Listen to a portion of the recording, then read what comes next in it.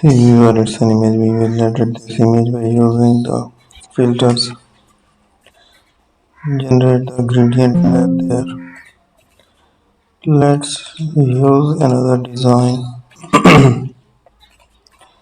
We will explore the changes.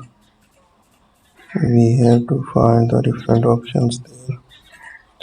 Make it okay. Let's make the selection as well.